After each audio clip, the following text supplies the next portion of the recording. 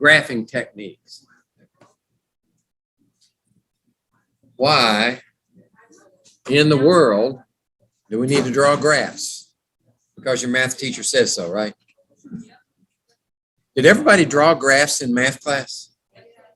Good. So this may not take as long as I thought. You remember the characteristics of a Cartesian system? I'm using big words again. Remember this.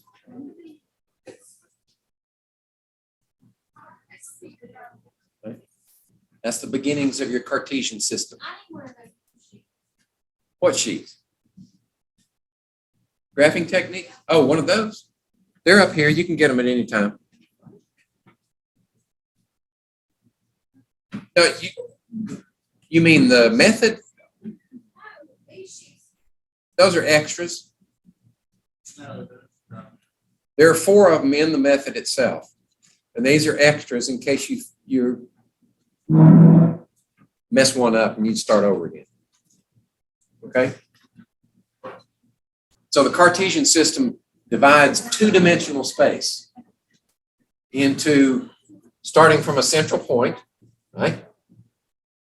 That's the origin.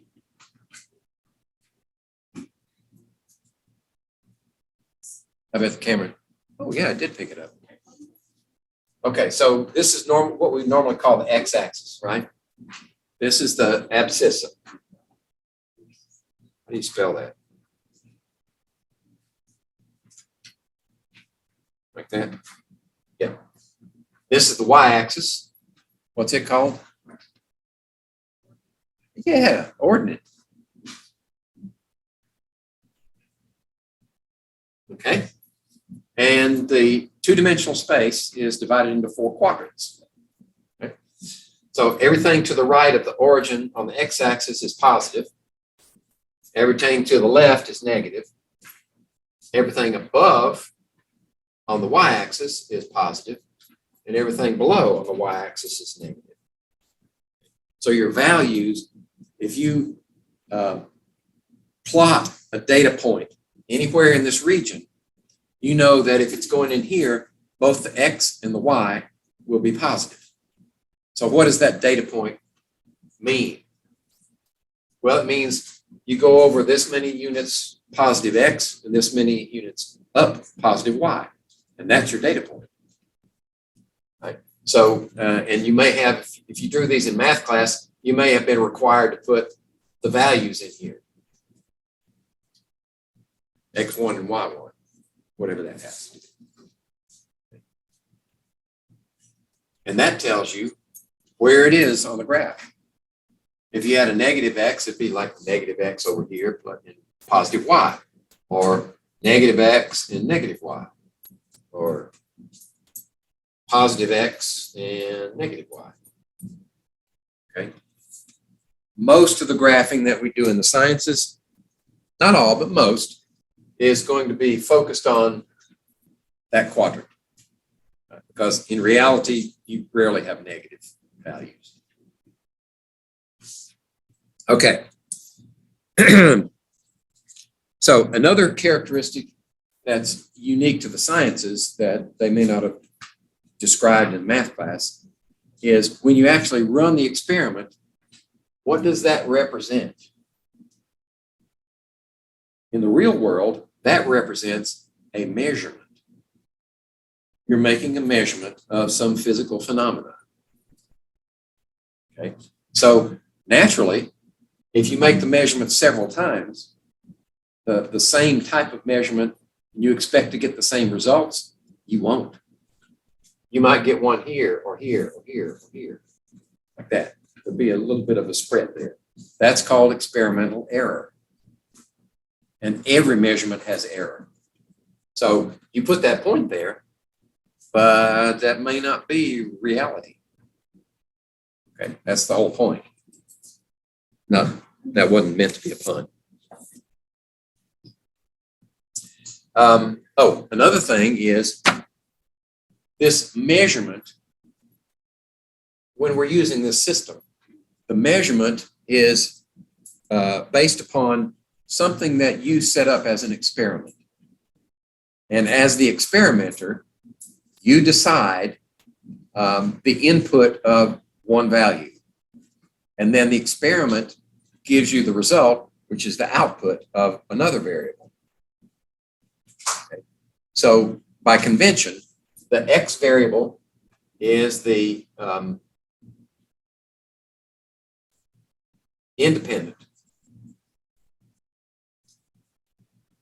That's the one that the experimenter chooses. Like if we were going to measure pressure and volume of a confined gas. If I say, I'm going to pressurize this gas to 3 atmospheres, we put enough pressure on it, what's the volume? The volume would be here. This would be pressure, this would be volume. So this is the dependent variable. Right? That's what the experiment tells me in response to my independent variable. The experimenter determines what this is. The experiment spits out the dependent variable. And then when you plot those two numbers together, they correlate, right? They're bound together in the experimental measurement. They correlate to some point here. Okay? And you can do that with, in our example here, change the pressure, different pressures, you get different values of volume, right? And you plot them on your graph. Okay, why bother? I mean, why put them on a graph? Why don't you just put a list of numbers, right? I did the pressure here, I get the volume here, there's your numbers, right? The human brain isn't designed to interpret lists of numbers. It just doesn't work very well. We're visual creatures. So if you can put your data, your measurements in a visual format, this is one of many, then it's easier to wrap your brain around it. It's easier to see trends, to interpret the data. I don't know how many scientists I've known in my career who, I call them shotgun experimenters. And from my experience, the field experiments where you have crops and you put treatments on them and you see what their response is, right? Rather than design the experiment, they just go out there and shotgun their treatments on the field, and then they go back later and see what the effect is. That's not experimentation. I don't know where I was going with that. Visual representation. Okay, and there are many things that you can do with your data once you get it in this format. Well, lists of numbers, you can use statistics on them, right? Has anybody been introduced to statistics like means, standard deviation, that type of stuff?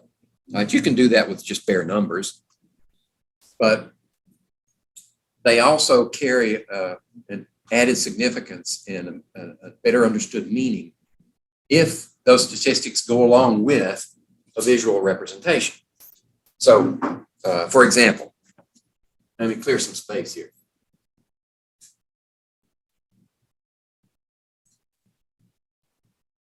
Let's say we make, we set the independent variable, and the dependent variable gives us values that go like this. Right? We're increasing some magnitude here on this one, and the dependent responds with an increasing magnitude on that axis. Right? Anybody see a trend there? It's like a straight line, doesn't it? Okay, that's good. Scientists love straight lines because they're so well behaved.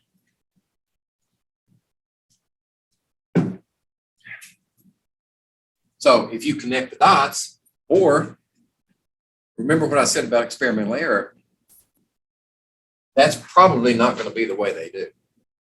You're probably going to have maybe one over here and one over there and one over here and one over here. And what you try to do, if you think it's a straight line, you try to best fit. So manually speaking, you would get a ruler and you would minimize the distance between the line you want to draw and these varying dots. So the best way to do that is to use a transparent ruler, right? Because if you lay it up here like that, it's going to cover up some of your dots so you don't know where they are. So a transparent ruler would make it easier for you to best fit your straight line. So let's say our straight line actually does that. There we go. Okay. So that's what we're doing is minimizing the variation, minimizing the distance from the line of each one of these. And in statistical terms, that's called regression analysis. So now that we've got a straight line, what can we say about the straight line? We can write a formula for that, can't we? Anybody remember this one? Right? Y equals mx plus b. So this is the y variable, that's the x variable. This is what? The slope. And this is? It's not a trick question. It's the y-intercept. If we extend this line down here, that's where it intersects the y-axis.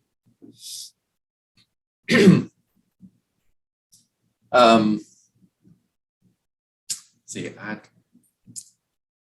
a thought, it just completely evaporated. Let me see if I can refresh my memory here. Say we make measurements from here to here, right?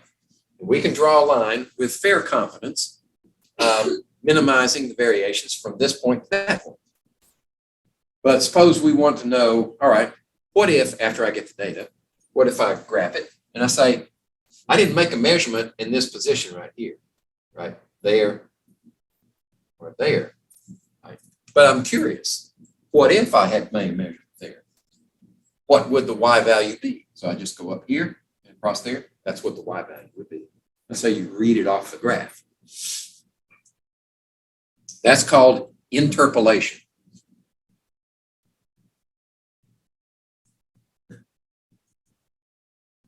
That's the safest way to use a graph. Stay within the measured points. You have less variability there. But sometimes we're interested in what if outside that range. Right? Go down here, go all the way down there, or we go up here like this. Anything in those regions is extrapolation. There you're in no man's land. Right? Because you don't know what the curve's going to do after that. It could go like that. It could go like that. It could go bam, like that. So there's a lot more hazard possible in extrapolation than there is in interpolation.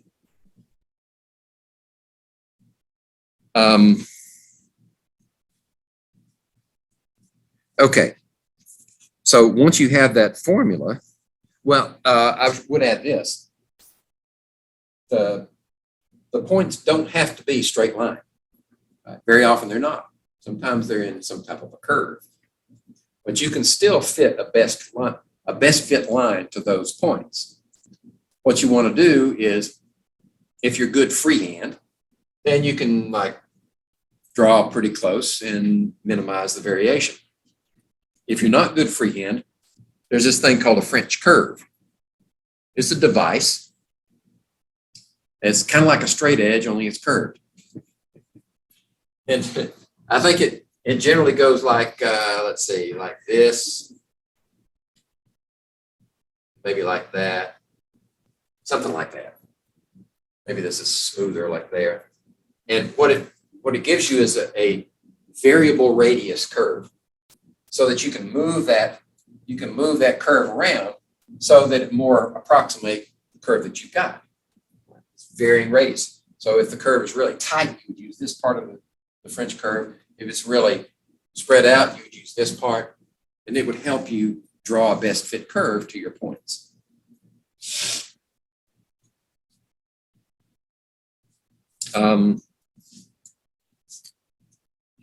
Let's see. Oh, okay. So back to our straight line.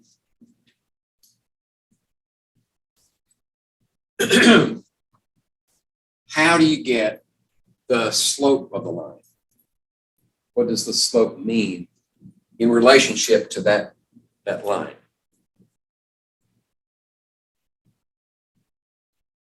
No idea? I'm sorry? Well, yeah, I mean, it's more than that.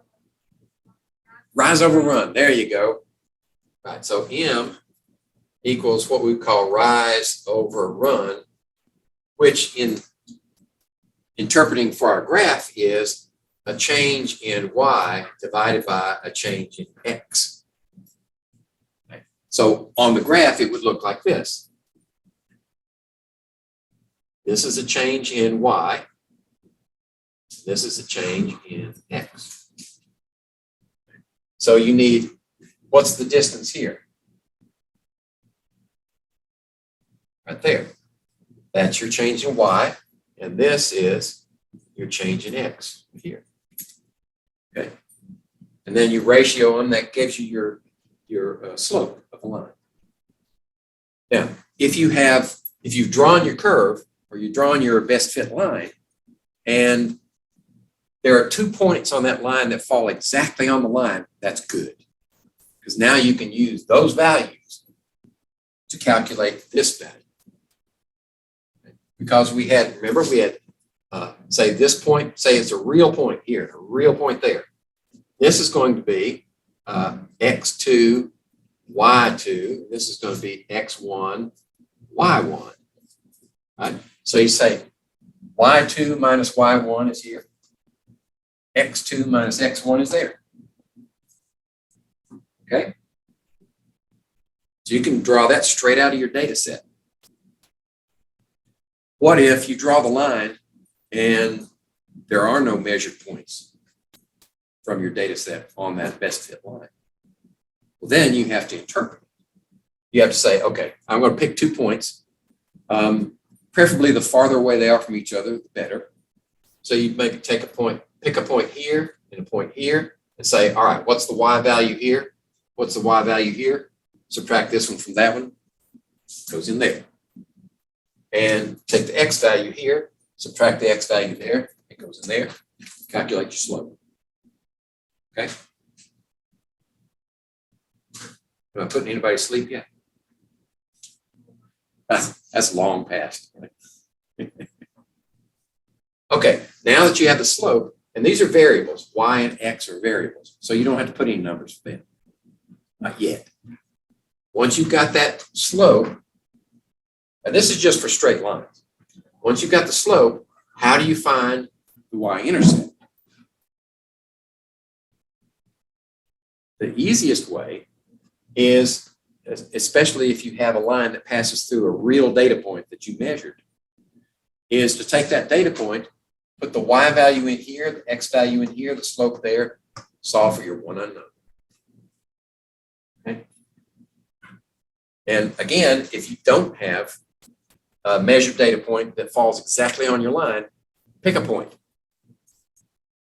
Pick a point on here, find out what the y is, what the x is, put them in along with your slope, solve for your y-intercept. Then you take the real value. Let's just make something up. Say your slope is 2 plus, and your y-intercept is 1. There you go. That's how you would report it. Once you determine what this is and that is, you write it that way. Now, if this y is something like volume, then you would say volume. And if x is pressure, then you would put pressure. So that's how you would report it. Okay. And usually, at least in referee journal publications, when you submit a graph like that, you usually do, once you've decided on what you think is the best fit curve, you, on the graph, you put that, this interpretation on the graph to show what that straight line is mathematically. You put a bunch of other stuff on there too, but I don't want to bore you too much.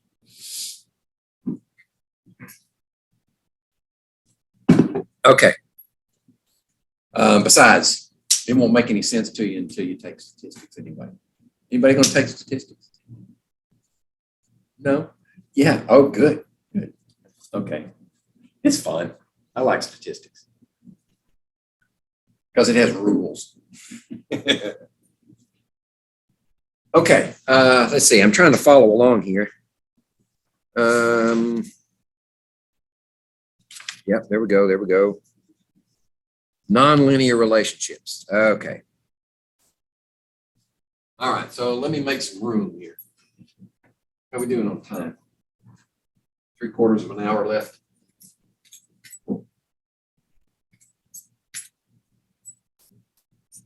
Eventually I'm gonna get to the best way to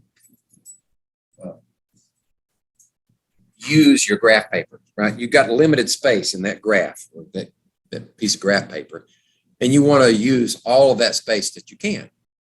Because if you spread your graph out, it's easier to interpolate.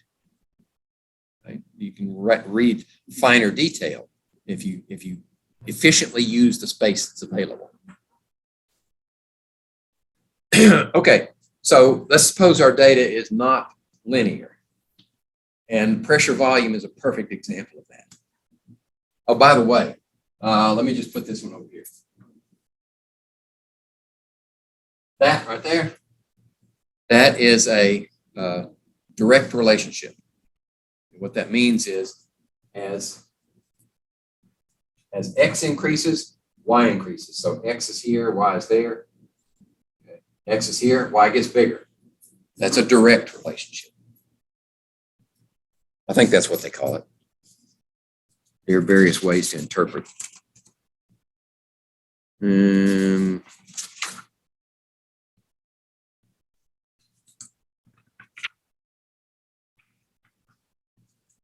no. Direct relationship, direct proportion. Direct proportion. Which means positive slope, right? A positive change in Y for a positive change in X is this slope. So what would be an inverse relationship? Negative slope, right? Negative slope. So if our relationship went this way, it would be an inverse relationship. And the slope here, this slope is positive. This slope is negative. Right? So Y is decreasing as X increases. So the change in Y is negative, which makes the slope negative. Okay. Nonlinear relationships. Okay, and this is one that you're going to be graphing yourself, and I'm working off figure 3 on page 19. Okay, so let's say we're only going to use the positive quadrant. So there's our starting point. What's going to be on this axis? What's going to be on that axis? Based on the data and the experiment that I described earlier, as we increase the pressure on our gas, what happens to the gas? The volume decreases. So as the pressure goes up, the volume decreases. We're changing the pressure on that axis. And the response is the dependent variable. Right? So if I put these points in here, we find that at low pressure, we got this much volume. And then as we increase the pressure, the volume decreases.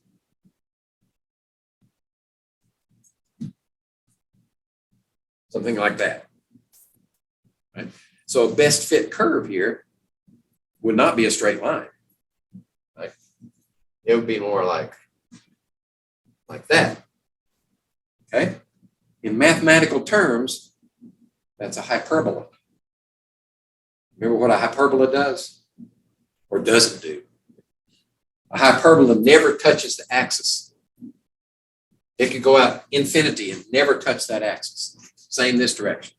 That's a hyperbola. Well, actually, it's more. Right. You can. Well, in our case here, we can express this equation as pressure times volume equals a constant. Okay. That's Boyle's law. We'll get to that when we talk about gases. But notice that if this is constant, then if this goes up, that has to go down. Or if this goes down, that has to go up. In order to be constant, it has to do that. That's an inverse relationship. Right? So as pressure goes up, volume goes down. But it's not a straight line. That's a straight line relationship, but this is not. So what do we do? How do we describe that? Well, this describes it. But is there a slope on that line? Actually, there are infinite number of slopes on that line. It depends on where you measure it. If you measure the slope here, it's the same as the tangent to that line of this straight line. That's a slope on that line. But if you measure it over here, right, slope changes. So it's constantly varying slope on that curve. So for our purposes, you don't have to report a slope for that. We don't ask you to do that. But there's something interesting. Scientists, when they can, will manipulate their data. And if possible, create a straight line out of it. And we can do that out of this data. And that's what they're showing you. The top part of this frame is the curve, and the bottom part is the straight line based upon the original data. Okay? So if we say we changed the pressure, and we got volume measurements. So each measurement, that's a data point. Right? X, Y, X, Y, X, Y, X, Y, or PV, PV, PV. But that gives us a curve. What if, mathematically speaking, why don't we divide both sides of that curve by V? I mean, that equation. Right? We can do that, can't we? Algebra says if you do the same thing to both sides of the equation, you haven't changed it. So if we take this one and divide both sides by V, believe it or not, I'm giving you a bunch of answers to the questions. Paying attention. Divides both sides by V. Right, we can do that. Now, what is that? This one goes away, right? Okay. And the V's on this side now. But I'm going to pull that constant out. Right, can I do that? Like that? Okay. Actually, it'd be, from my argument's sake, huh?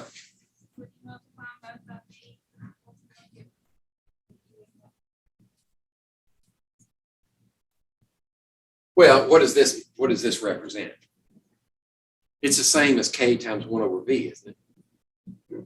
Like K divided by V is K times 1 over V? Yeah. Okay. I want to put the K here.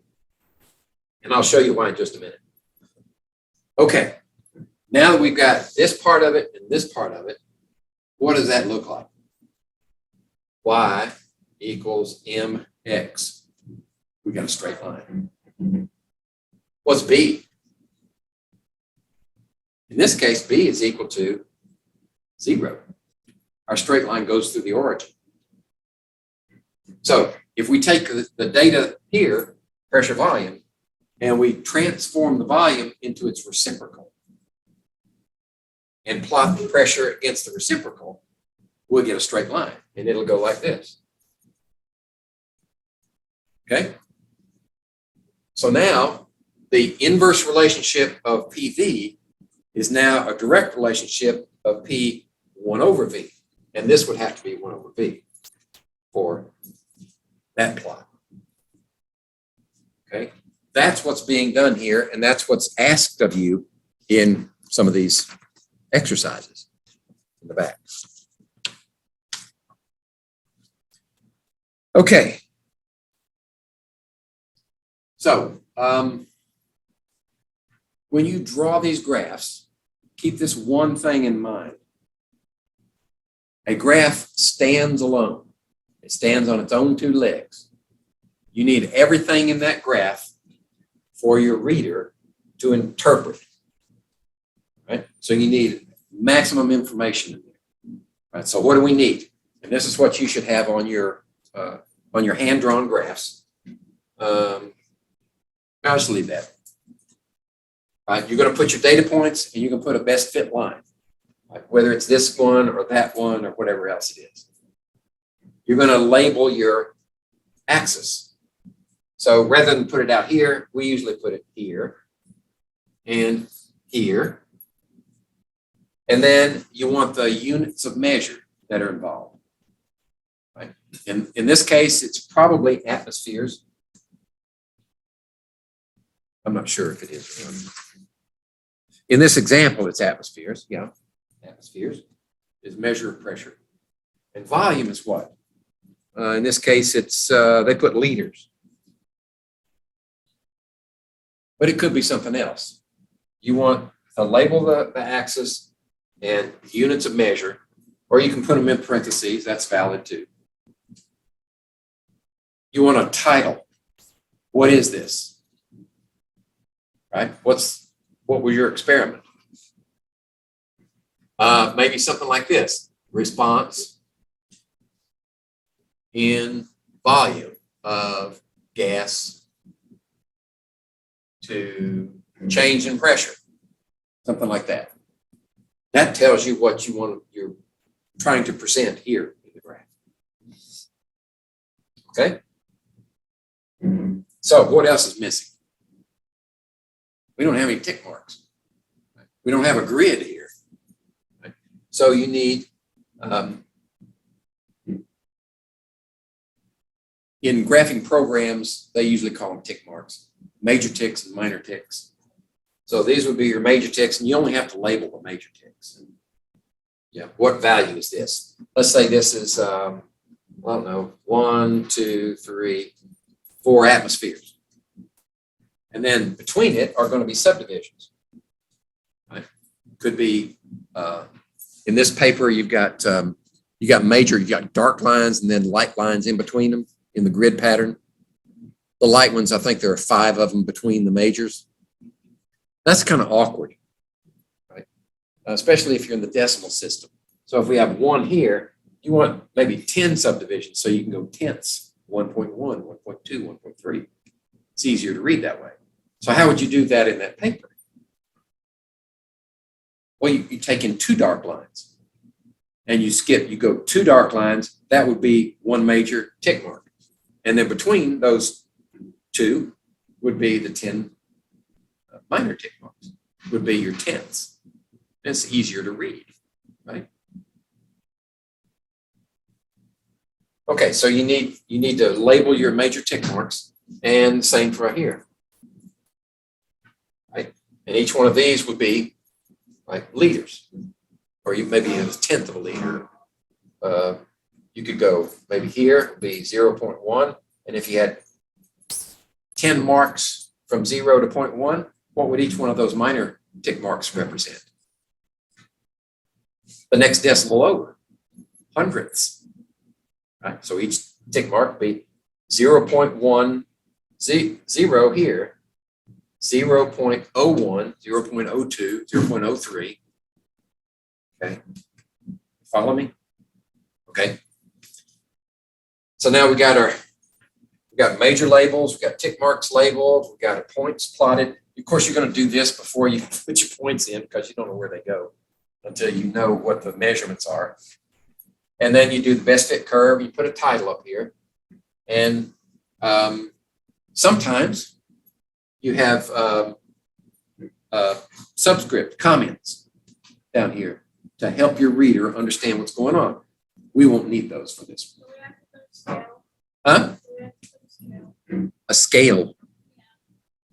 Oh, like a scale in here somewhere? No. No, because you're taking care of that with this.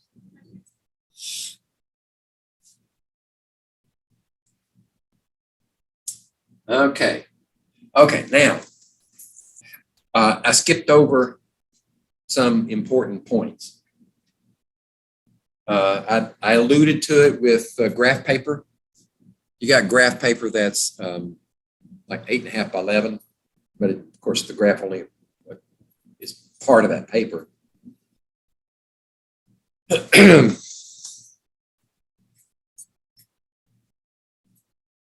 So the next, actually, the first question is, how do you want to orient your graph? Do you want it to be this way? Or do you want it to be this way? How do you decide? I always think about readability. So if you need lots of space to get all of your x-axis in, you want it this way. But if you need more space for the y-axis, you'll put the y-axis here. Okay? You look at your range of values, and say, all right, how do I divide it so that I get all my range in here and here? All right, so if you have a narrow range of x values, probably go here, and the y's will go there. And then you want to use as much of your axis, each axis as possible. All right, so you're already thinking about that when you think about orientation. And then when you lay in your grid, then you say, all right, that'll get all my x values in there, right? That's a waste of space. Why don't you like double your major tick marks and get in that much space? And then use as much space here on that one.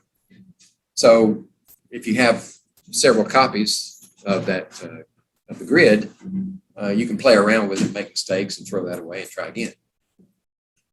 But if you practice it enough, you sort of get a feel for it, and you can do it the first shot. But if this is the first time you've ever drawn graphs, then I expect you'll mess up one or two of them and have to start over. Okay, so once you've decided orientation and you're using maximum space, then you say, all right, so in that process, I say, how many minor tick marks do I need? Right, and that enters into that decision also. And then you finish labeling. Let's see.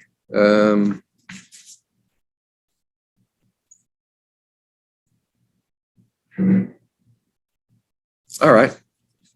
So I think we covered everything that you need. Orientation, use maximum amount of space, decide on your units of measure, labels for the axis, major and minor tick marks, title, and then you can draw your graph. All right, so if this one is volume liters for the curve, what would the units be for the straight line? Right? They wouldn't be the same, right? When you take the reciprocal of a number, what do you do to the units?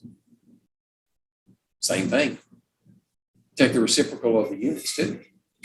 So if you have a value for volume and you take the reciprocal of it, if this is in liters, that's equal to liters to the -1. It's reciprocal liters. Okay.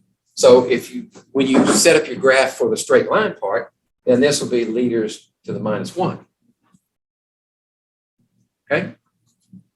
Now, if the question is, what volume would I get if I say pressure 6 atmospheres? Right? Go up here to that straight line, you go across here. So what value do you get over there?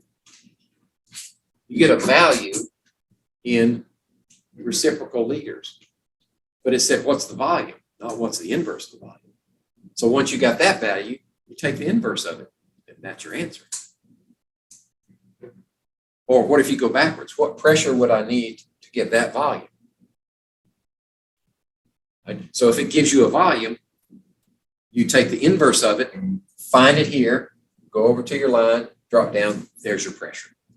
Okay. So don't lose track of your units when you're interpreting your graphs. Okay, let's see what else. There is a required section and a bonus section in this thing. And the bonus section can be a little hairy, so if you don't have enough time, then just forget about it. Or some of my students go into the bonus section and just try to answer some of the questions rather than draw the graphs. Right? You pick up a few points that way. And when you give your answers, when there are blanks to put in answers, be sure that unless that is a pure number, a non-dimensional number, put the units in with it. Okay? How about the slope?